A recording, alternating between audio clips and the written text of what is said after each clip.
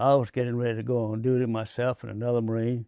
We were sitting in the mess hall in the galley, had a cup of coffee, and about 5 or 10 minutes till 8, all the tables, coffee cups and everything, it's quite shaking up and down. We said, ah, damn, that must be one of them you Navy pilots done dropped a bomb accidentally or it done crashed. So we jumped up, because we know they're going to call out to anything happened, they call out to the Marines. So we ran out there to see, out the front way to see what happened. And the sky was covered with the Jap planes.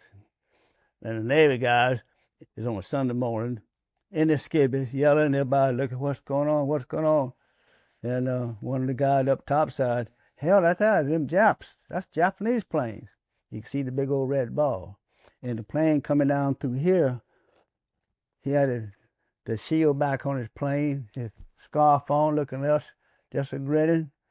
And I couldn't say what I saw his hand do it, but anyway, I saw the torpedo underneath the plane. I saw it when it dropped off the plane and hit the water. And I'm pretty sure it went down and hit the Oklahoma, because it was the California, then down past the California was the Oklahoma. From there, all hell broke loose. We stand there, don't know what to do.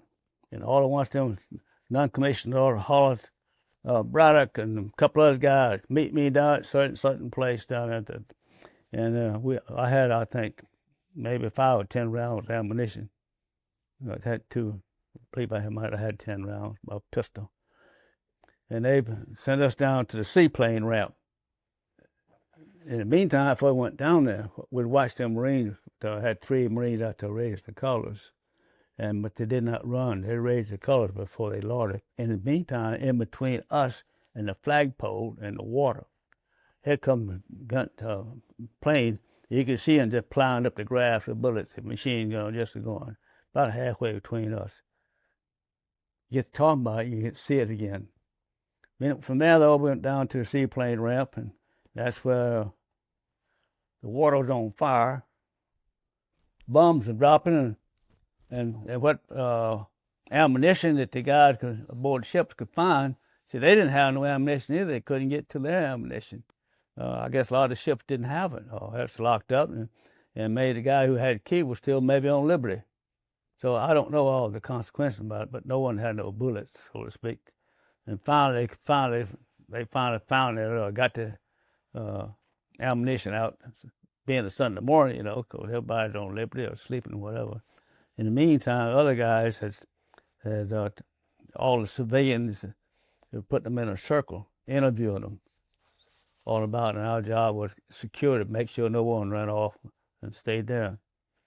And that's what happened that day. It was just chaos.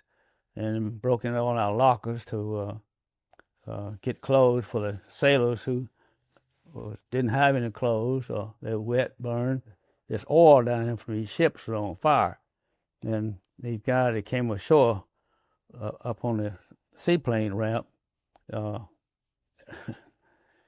just looked like you threw a bucket of oil on them. Because it's all oily. Some of them had broken legs, one of them just dangling. One was saying, help. What could we do? What could I do? I was a private down there. That's when we departed from there. The non-commissioned officer come got us. While we're sitting there, though, the plane was coming over. When the plane would come by, he would take his .45 and he'd shoot at him. I said, why waste your bullets on? You can't hit that plane with that pistol. And I said, there may be a landing later. I said, we ain't had no bullets. I said, we got to protect ourselves. If they come in here and bring for troops for us to land, or a plane come in with troops on it, we don't have nothing to shoot at them with. Don't waste your bullets. I didn't shoot. I'll tell you that right now. But that was the reason I didn't shoot, because I was thinking I couldn't hit the plane, but if they brought troops in and land on the airport, if they come toward me, I would have something to shoot them with, or shoot at them, or whatever. I guess that's about the extent of it. With the following day, myself and I think 4 other Marines, we dug a foxhole, so to speak, about following him on that chair where at the end of the airport, and put on a light machine gun. And that's where we were for the next 3 or 4 days until things kind of quieted down. We didn't know. There's no word out or nothing. They'll be just chaos. Nobody know nothing. Well, after a couple of days, we went back to our regular duty walking post around there, down in the security area, down at the housing, you know, all around here, military housing. But what I remember most though is the Oklahoma, which is flipped on the side. They were working 24/7 trying to drill a hole in it. And a few days later, they finally busted a hole through it, and you could see them guys' hand come up through there. I don't know how many they rescued, but I guess they got a third of them out. I don't know how many.